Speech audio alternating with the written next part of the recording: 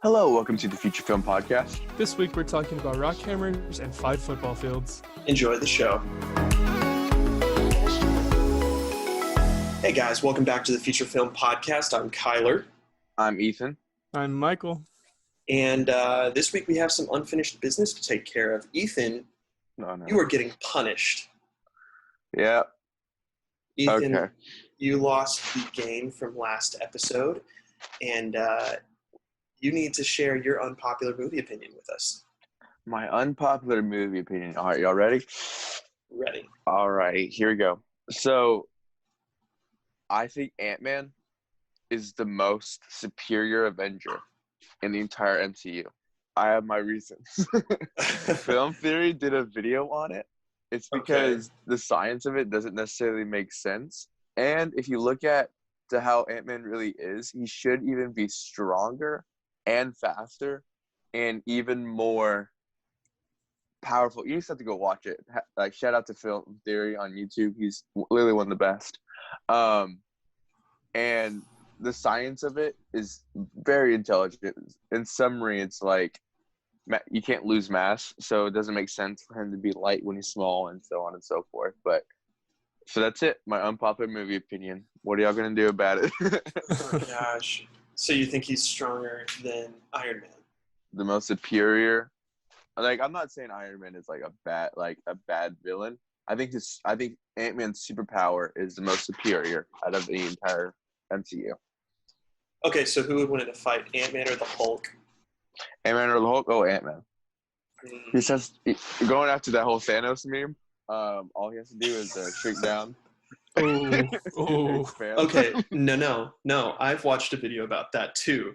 And actually, if you look at how he goes back from small to big throughout the MCU, he actually is pretty unpredictable of how his force works. So like there are times when he'll come back from being small to big, like in his movie when he's underground in the ant pile and then he freaks out and he goes back to being human size. He pops up out of the ground like it was no problem.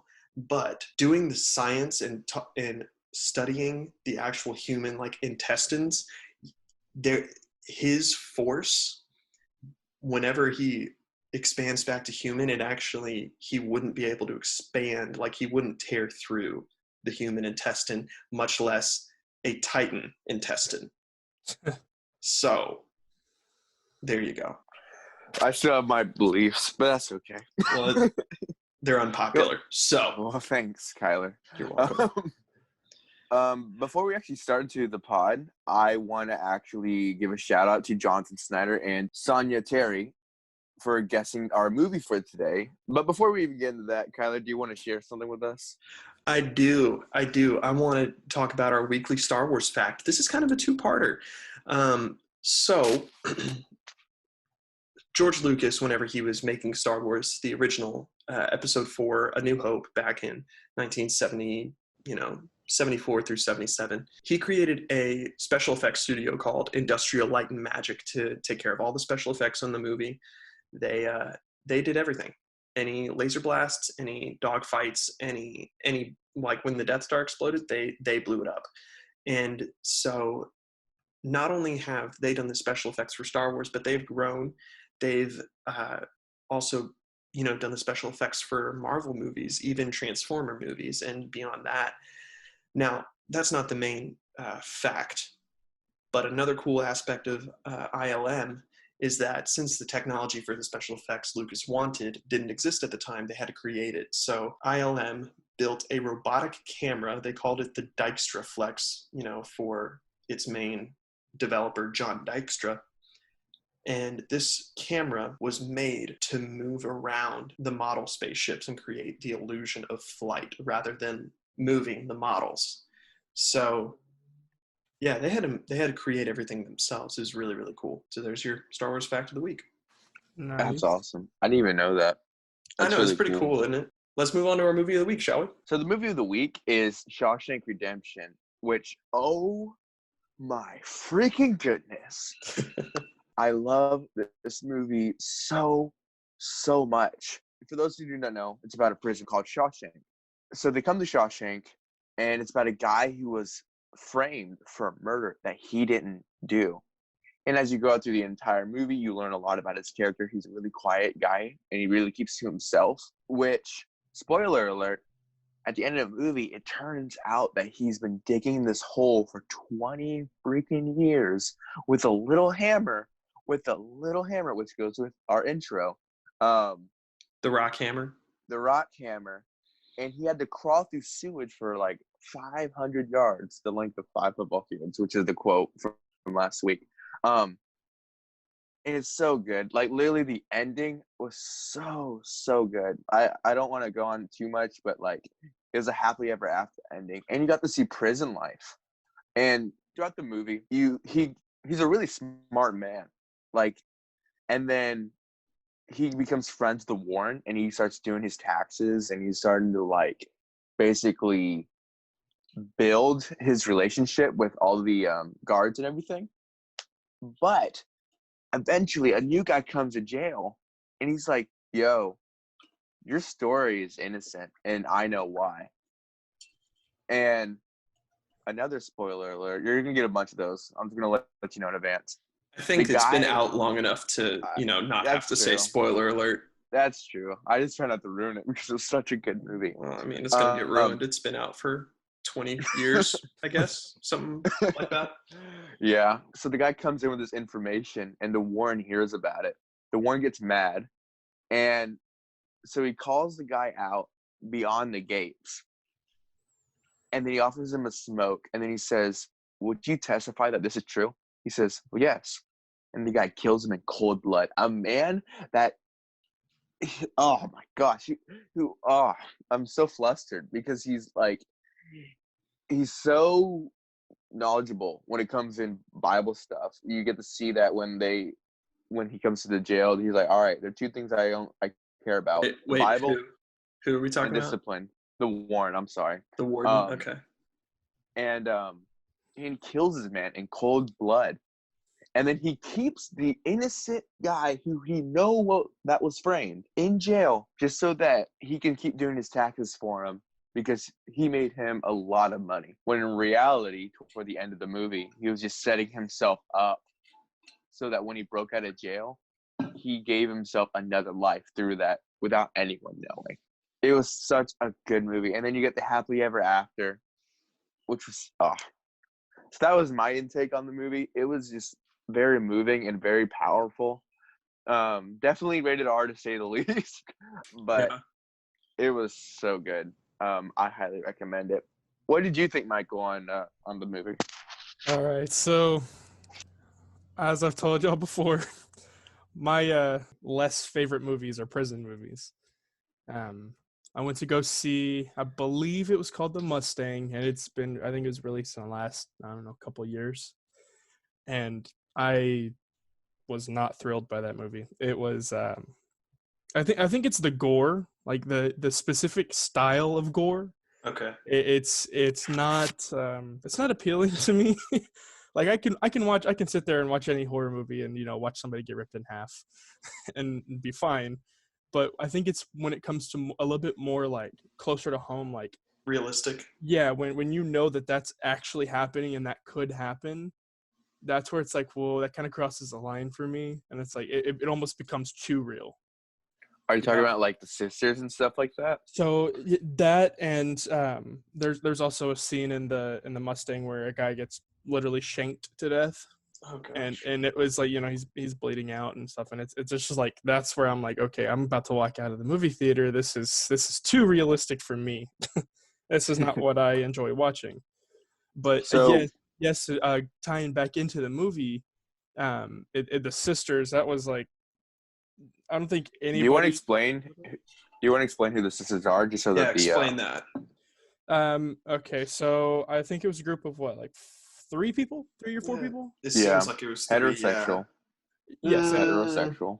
And well, he said that Morgan Freeman, towards the beginning of the movie, was telling Andy Dufresne, the main character of this movie, that the sisters have taken a liking to him, and that Morgan Freeman could tell. Or Morgan Freeman plays Red And it just kind of was a running thing until his first encounter where he was asked to go get some more stuff for the laundry room, and the sisters were there to ambush him. And for lack of a different term, take him. Fair And, enough. yeah. That's one way to put it. And it was one of those things where Morgan Freeman, he's the epic narrator. His voice is known for narrations everywhere. Yeah. He was one of those, or he made the quote. I wish I could tell you that he fought them off and they weren't able to do anything to him, but life isn't a fairy tale and stuff happens. So, and that was like, whoa, I know it happens, but that's really, really tough, Yeah. Mm-hmm. But so basically, he's got ganged up on, to say the least. yes, Yeah. literally. And moving on for a little bit more darker aspect of this movie, there's a lot of good stuff to come out of it, because he does move past all the stuff. He eventually fights off the sisters, because he's kind of gotten in good with the, I guess, the management, so the warden and his staff. They kind of protect him because he's giving them a service, which is taxes and financial Assistance. There we go. Yes. So it does move on, and kind of piggybacking on Ethan's statement of he's a really smart man. That's all I could think through the entire movie, especially at the end, because I don't know if y'all know, but I do collect rocks, quite a few of them, and What a dork. Yeah, I know, right? For him Odd flex, but okay. For him to find quartz and soapstone and alabaster in that courtyard, that's something else. Like, that takes almost a trained eye to be able to recognize, especially in its rough form. Then it just the whole setup of, he knew exactly what he was doing as soon as he started like carving names in the wall, or I guess those words. I'm sure they were names. They were names, yeah. But as soon as his cell. As soon as he started making that A, and he did a downstroke with the hammer, and that huge piece of wall came tumbling off, that was just a light bulb moment, and he was like, "Yep, I'm getting out of here." Yeah.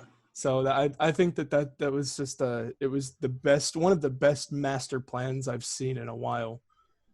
And I think that's what made it watchable for me. Just because I like seeing everything like that unfold, because I mean, you have to be really, really smart to create a fake identity, literally create a person without them ever being in existence, and then actually executing on your plan. So what did you think about it, Kyler? Okay, so I'm the only one in this group that's seen it before, and honestly, my first thought was like, when I was watching it, I kind of thought, man, having seen this before really kind of ruins the surprise. But then as I kept watching it, I changed my mind about that. And I'll get to that in a minute. But like, this movie is just a freaking good film. The cinematography is wonderful. The sound design is great. And the story is phenomenal. In the opening scene, the very first thing you see is this man sitting in his car, and it's Andy, the main character, but he's sitting in his car, and you see him reach over to the glove compartment and pull out a gun and start loading it, and then you see a bottle, and there's no dialogue, and you just know something bad is about to happen or has happened. You see those two things together, and you just know. So this movie did a really good job of the rule, show, don't tell. And that's what you're supposed to do with film. You're supposed to show, don't tell. If you have to tell everything, it kind of ruins the point of the movie. right? If you have this 2-hour movie, you know, and this main character goes through all this trial and tribulation, and then you have to explain what happened in a monologue at the end, you've really kind of missed the point of the movie, right? The movie is supposed to teach you, not the words. So they did a really good job of saying show, don't tell, or not saying, but like doing show, don't tell at the beginning of the movie. This movie, for those of you who don't know it, it's actually based on a Stephen King short story. And Stephen King, he's had many movies made or many books made into movies. But one thing I've always thought of when it comes to books made into movies, it's very hard to make a good adaptation, because when you read the book, there's so much more time to invest in the characters. You know, you see a lot more character development, and you just can't get that in a 2-hour movie with a cast of 40. You know, like if there's so many main characters in a book, you can't always do a good job with the adaptation because there's too little time. But I want to know what was left out of this movie, because it seems too concise a story to be taken from a book. You know, like the only other movies that I've seen that I'm impressed that were books first were Harry Potter. And like, even then I know that they changed from the books eventually. The first 4 were pretty on point. Past that, I know it was different, but still, the Shawshank Redemption did a wonderful job of telling a complete story without having that feeling of, okay, there's supposed to be more here, and I'm not getting it, you know? So a couple film things that I noticed, like at the beginning of the movie, the camera is showing this wide shot of Shawshank from above. You see all the prisoners, all the inmates moving to the gate because they're, you know, bringing in the new guys. And the camera moves past this flag that's flapping in the wind. And first time I watched this movie, I didn't even pay attention to it. But it's like a split-second move. You hear the flag flap in the wind, and then it's gone. And honestly, I think if that noise, that sound effect hadn't even been in there, I wouldn't have ever noticed. I would have just accepted it. I probably would have put the sound in my own mind. Like, oh, there's a flag. Of course it's flapping. You know, there's that sound in the background. But they actually took the time for a split second to have that flag flap in the wind. Later, they did the same thing with when Brooks was carving his name into the wood on the ceiling. He was carving it, and it showed the dust fall from the wood onto his chair, and it made a sound. Like you could hear the wood dust, wood dust, sawdust. You could hear that hitting the chair and tapping on it. And I was just so amazed that they spent that much attention to detail. Okay, now I have to focus on this one part at the end. When they're showing how Andy escaped, they show some shots that do not make sense. Now, let me explain that. So when they show Andy escape, there's a shot in the prison, and it's all red. Like red is explaining how Andy got out. And so you're seeing what happens. Andy just like shined the warden's shoes, and he wears them back to his cell. And no one paid attention to it. Even like, and Red acknowledges that. How often do you look at a person's shoes, he says. And so he's wearing those shoes back to his cell. And once he gets to his cell, he unbuttons his shirt, and you see he's wearing a white button-up and a black tie. And then the very next shot is him like army crawling through the hole he's dug in the wall, but he's back in his prison shirt.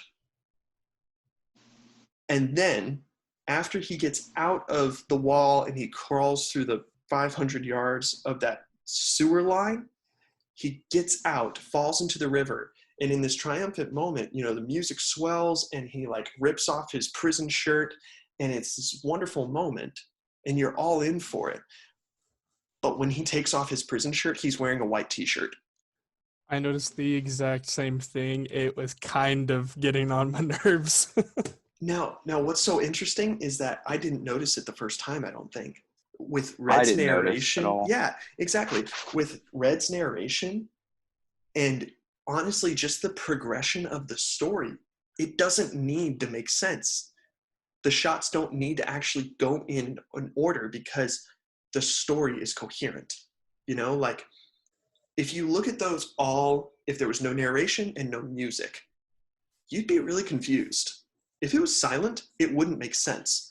But Red guides you through it, and even though that he never is shown in his white button-up and tie again until he's in a bank in another town, you still accept it. You still like, oh yeah, of course he's wearing the warden's clothes. Of course, why not? This is how he becomes Russell Stevens or Randall Stevens later. You know, you just accept it. And it's so crazy that we do that we accept it even though it doesn't make sense. Now, lastly, my takeaway from this, the very end, you know, Andy escapes. He makes his way down to Zihuatanejo, where he's always wanted to go, you know, because he says the Pacific has no memory. And he wants to go there and just live out the rest of his days, fix up a boat, and just be there where no one can bother him. And he tells Red about that. And then once Red gets out and he remembers to go look for Andy, you know, he finally gets out there and he sees Andy on the beach. And it's this last shot is beautiful because it's not, you don't see their individual reactions necessarily. They go extremely wide. And you just see these two walk up to each other on a beach and just grab each other in this gigantic hug. And it's just a wonderful end to a movie, you know? Imagine the waiting, the hoping, and the questioning that Andy had to go through while waiting on Red. Like to think, my best friend's still in prison and I really hope he gets out one day because I really want him to come be with me. But you have no clue if that's ever going to happen. Like, Or if he's going to die in there. Right. Red was serving out a life term, and Andy knew that, but he was just waiting in hope. And I just thought about this, and I was like, think of the joy realized in Andy's heart when he sees his closest friend walking across the beach to him.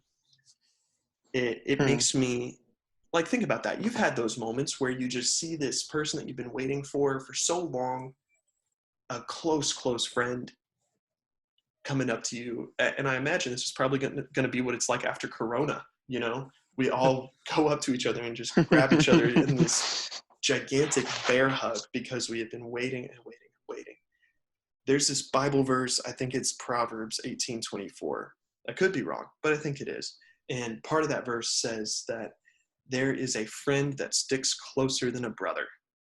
And that is exactly what you see at the end of this movie. You see two friends that stuck closer than brothers. And it is such a beautiful, joyful thing to have a friend like that.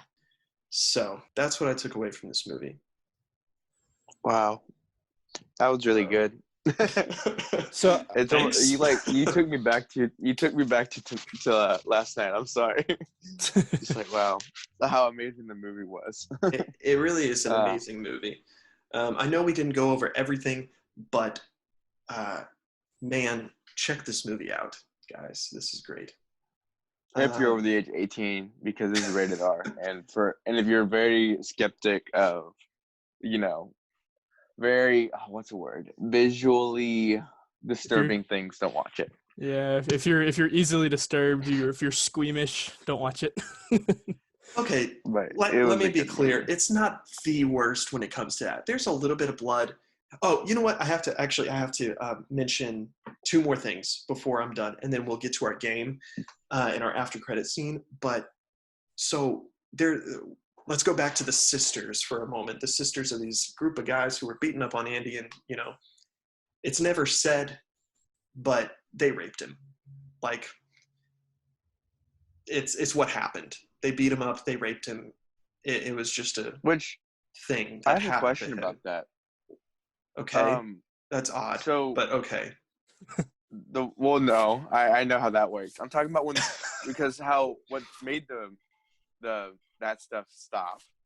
The Warren basically literally beat not the Warren, what's his name, Mr. Krabs. Mr. No, That guy who plays Krabs. No. Mr. Krabs. Hadley.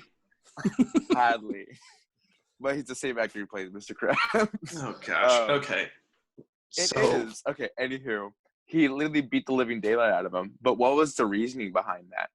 Was it because of that? of course. Like, I didn't know. It didn't give me like a full thing. Because you know how that specific, how Hadley could be. He would just beat the living crap out of someone just because he feels like it. True, Yeah. but So I I mean didn't know if that it was like one of those things. followed directly after the sisters beat Andy so bad that he ended up in the infirmary for a month. Yeah, and that was kind of piggybacking off of what I was saying. I think that was like the biggest moment of relief for me, and I know it sounds bad that he got like beat to a pulp and Agreed, then 1,000,000%. and then he became a vegetable after all of this. You feel good when that happens. Oddly Yeah, enough, it's one of those where it's like, you got what you deserved. yes, You know, definitely. But so I agree with that completely. But I'm gonna go off on a little bit of a different direction. Whenever they were shown raping him, they never actually showed it, which I really appreciate, because there's this show on Netflix I watched once, and I only watched the first episode, and I stopped after it because of what I'm about to say. There was a show on Netflix where they actually showed a woman get raped by this man, and they didn't show any parts. They showed the action, and they did it in an artful way. They like it was based in a Western setting, so like the man threw this woman's dress up over her head. She was out on a table, and you knew what was happening at that point. You saw his face, you saw her face, and at that point I was just really disappointed because I was like, there was no reason to show that. Like that, I understand, and they did it artfully. They did it where they didn't show anything, but it was just so sad to be like, why did that have to be shown? But I liked the fact that in this movie, it was not even shown, but it was implied, and you understood exactly what was happening. So for all of the Game of Thrones listeners, oh gosh, don't get me started on yeah, Game of Thrones. Let's not I don't want to trigger any of y'all. But trigger warning, stop listening now. This that is the exact reason I didn't watch Game of Thrones. I watched it all the way up until that point where she got raped. And I think like I said, I think it's the stuff that can actually happen in real life that really gets to me. So when I got all the way up into that point to where she got raped, I was like, yep, that's it. Because I wasn't really into the show to begin with, but I was trying to muddle through it. And then when that happened, it just killed it for me. So I think with any show, just to get more views or viewers, watches, whatever you want to call it, you should be a little bit more tasteful about what you show and what you don't. And that stuff is just nasty. Like, it's like, there's really no point to it, like, at all. Yeah. And it makes my, like, inside just like, ugh. Like, I can't help. I have my own, yeah. No, I mean, it makes sense. Like, you're right. There's no point to show it so long as you can imply what's going on. People get the point, Exactly. Yeah, which is, that's one thing that I really didn't appreciate the movie. But justice was done. Yes. And I am pleased. Well, let's get to our game, shall we? We only got a few minutes left on our Zoom call. So let's do Name That Movie. But this week, we're doing Book Edition. So last week we did Name That Movie, and we did movies that Samuel L. Jackson had been in. This week we're doing Book Edition. So we're going to be going around in a circle, and all of us have to name a Stephen King book that has been adapted into a movie. And you can't repeat. If there's been remakes, you can't repeat it. Does that make sense? We all good? Mhm. Yes. I'm gonna put a timer on us too. We all got like a 10-second timer to come up with an answer. Okay. Nice. Okay. So, all right, Ethan, you want to start it? When you start, I'll hit the timer. Alrighty. So I'm gonna start off with It, the movie It, the horror movie. Michael, you go. Let's see here. Dr. Sleep, my favorite. Okay. We're gonna go with The Shining. Oh, well, that's about it, boys. Might as well stop the timer. Oh, come on. There's so I much thought more. about 5, 4, 3, There's no way. 2, There's no 1. way. Can I phone a friend for him? There it is. You know what? Go for it. Phone a friend. Phone a friend. Because, oh man, Pet Cemetery. Ooh, good job. I was gonna go with that one. The Mist. Carrie. Oh my gosh. Hey, y'all keep going. I already lost, but keep going. I'm helping Ethan. He's my bud in this one. Oh my gosh. We got another one. 5, 4, Oh, The Green Mile. 3. Oh, frick. Okay. You know what? No one said it. Rita Hayworth in The Shawshank Redemption. Oh, well, yeah. Cujo. Frick. Man, that's it. I don't know anymore. Michael, keep going. I'm curious. Yeah, Keep what else you going. got, Mike? The Long Walk. Give me a second. There's another one. I was gonna go with Edgar Allan Poe's. What's it called? The Crow or something like that. That is. I know it's not. Yeah, I was about to say that's not Stephen King. Stephen King's Children of the Corn. Dang it, you're right. I forgot about that one. That was the only other one that I can remember off the top of my head. Holy cow. Man, there's a reason he's called the King of Horror. Yes. So. Look at you, Michael. I feel like you need to have a Look at reward for you. winning. Man. All right. Well, y'all decide my stupid punishment. We will decide your punishment 2 weeks in a row, dude. Oh my gosh. All right, because I already know that Kyler already forgot. Sorry. I'm gonna go ahead and introduce the characters. Dang Literally, they introduce like Andy pretty close into the film, but I love when Red goes into more of a detailed explanation of like who his character is. At the beginning, Andy, as Kyler mentioned, was in a car with a bottle, blah blah blah blah blah, and a gun. But when you actually get to know him, is when he first actually talked with Andy. Is when he was narrating, saying, Andy kept to himself at first. I guess he had a lot on his mind, trying to adapt on the inside. Wasn't until a month went by until he finally opened his mouth to say 2 words to somebody. As it turned out, that somebody was me. And Red was the type of guy to where he would get you anything you ever want. And that was when Red was introduced, because as soon as he starts talking to him at the end of the conversation, he's like, my name's Red. And in the conversation, we learned that he's the guy that can get you everything. So it was a good way. They're both introduced very well at immediately. Wasn't Red introduced earlier though? Because he had his probation hearing, his parole hearing, and they called him Ellis Boyd Redding or whatever his name was. I guess you're right, but but you don't know his name though. I don't think they said. Yeah, they called him his name, didn't they?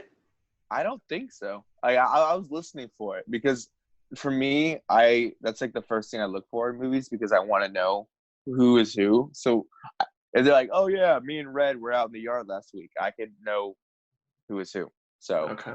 I don't think so. But so yeah, that is it. All right. Cool. So Cool. On a side note, real quick, not relating specifically to this movie, unless it's in here as well, something for our film enthusiast, there's a thing called the Wilhelm Scream. Oh, yeah, the Wilhelm Scream. This is like a running joke with any filmmaker. Yes, okay. So I was introduced to the Wilhelm Scream in high school. I believe it was my last year, so my senior year. But my homeroom, if you will, teacher, he was like, there's this thing called the Wilhelm Scream, blah, blah, blah. And he pulled it up and he was like, it's in basically every action movie you could think of. And he showed us Star Wars. He showed us. Yep, that's a stormtrooper falling off the bridge. Yes, a Fast and the Furious movie where there's a car flipping and somebody in the street is screaming. But it's a very distinct scream, and it started in 1951 with the film Distant Drums. I've never heard of that. Neither have I. But for all of y'all enthusiasts, keep an ear out for that. Go ahead and I guess we can edit it in post. Oh, we're gonna edit it in post for sure. It's a blooper. This is the scream. But okay, we can go ahead and finish with... Well, actually, I'm going to side note on your side note. So in the recent years, Star Wars actually has started to not use the Wilhelm Scream, and they've started to do their own scream. Like I don't even know what it is because I can't distinguish it, but they have their own running joke now. This is, I guess, Star Wars Fact Part 3, but they have their own running scream now that they put in their movies that's different from the Wilhelm Scream that they initially did. I didn't even know this existed, the Wilhelm Scream. Like, literally not at all. They also do it in SpongeBob. Like, yes. They do it a lot. And then they're also in SpongeBob, they made their own running joke about the guy who goes, "My leg!" You know? Oh, yeah. So. That's funny. I guess, yeah. But let's wrap this up, shall we? So at the end of every podcast, you know what we got to do? We always do a after credits scene, and I'm going to go ahead and play that for you guys. In 3, 2, 1.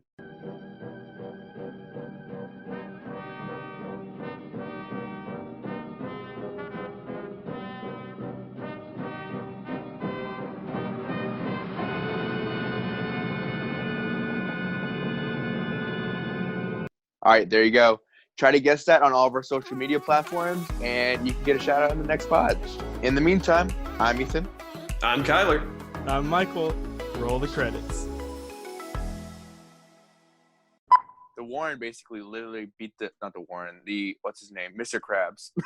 Mr. Jack Krabs? plays No. Mr. Krabs. Trigger warning, stop listening now. You can not make that a blooper. There's a blooper.